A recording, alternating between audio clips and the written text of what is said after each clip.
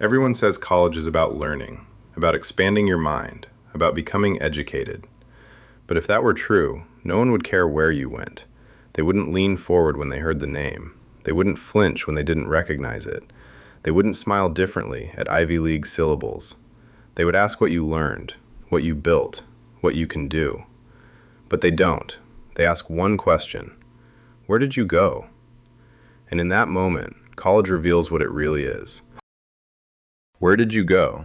Not what did you study, not what do you know, not what problems can you solve, just the name. Because names do the work faster. They compress judgment into a brand, a shortcut for intelligence, discipline, worth.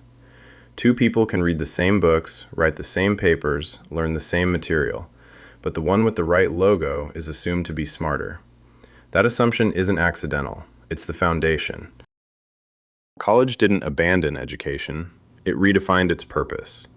Degrees became signals, proof that someone could follow rules, meet deadlines, sit still long enough to finish. For employers, this was efficient, not accurate, efficient. A degree doesn't say you're capable. It says you survived the process. It filters people before they ever speak, before talent has a chance to introduce itself. And once a system becomes a filter, learning stops being the goal.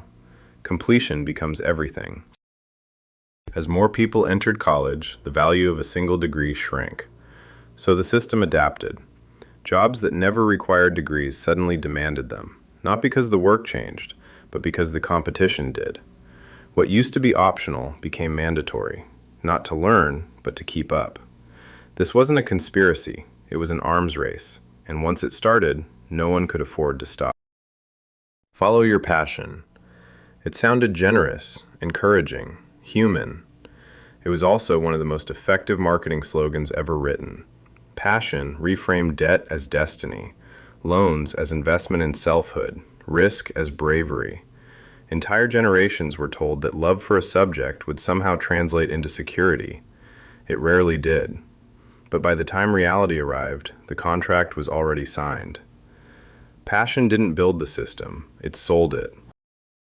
College's real advantage was never the classroom, it was proximity.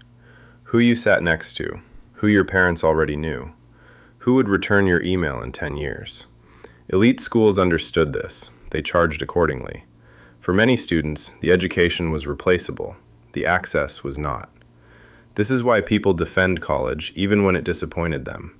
Status works quietly, but it works. When something costs you years of your life and tens of thousands of dollars, it becomes more than a choice. It becomes identity. Admitting the system is flawed feels like admitting you were fooled. So people protect it. They personalize it. They tell stories where it had to work. Because the alternative is unsettling. And unsettling truths don't spread easily. Here's the part no one likes to admit.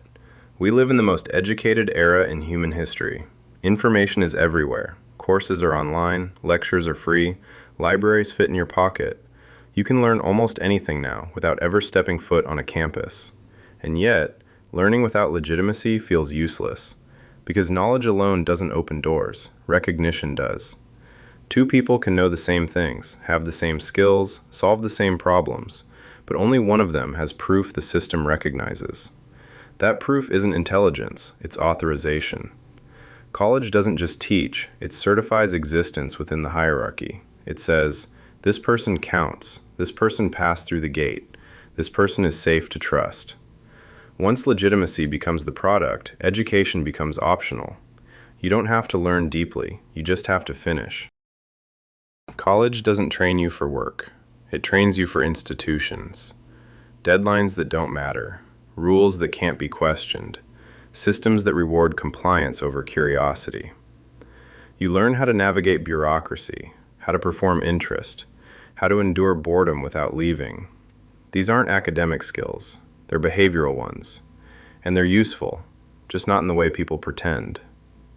College prepares you to survive systems that don't care about you, to accept inefficiency as normal, to trade time for approval, to wait for permission before acting. That's not education. That's conditioning. And conditioning scales far better than learning ever could. When status replaces learning, something subtle breaks. People start optimizing for appearance instead of substance, for credentials instead of competence, for prestige instead of purpose. Entire industries fill with people who are qualified on paper and lost in practice. And the people who don't play the game are labeled risky, unproven, invisible, not because they lack ability, but because they lack endorsement. This is how talent gets buried, not by failure, by absence of validation. And once status decides value, mobility slows, because systems built on signaling don't want disruption. They want continuity. College still teaches. It still changes lives.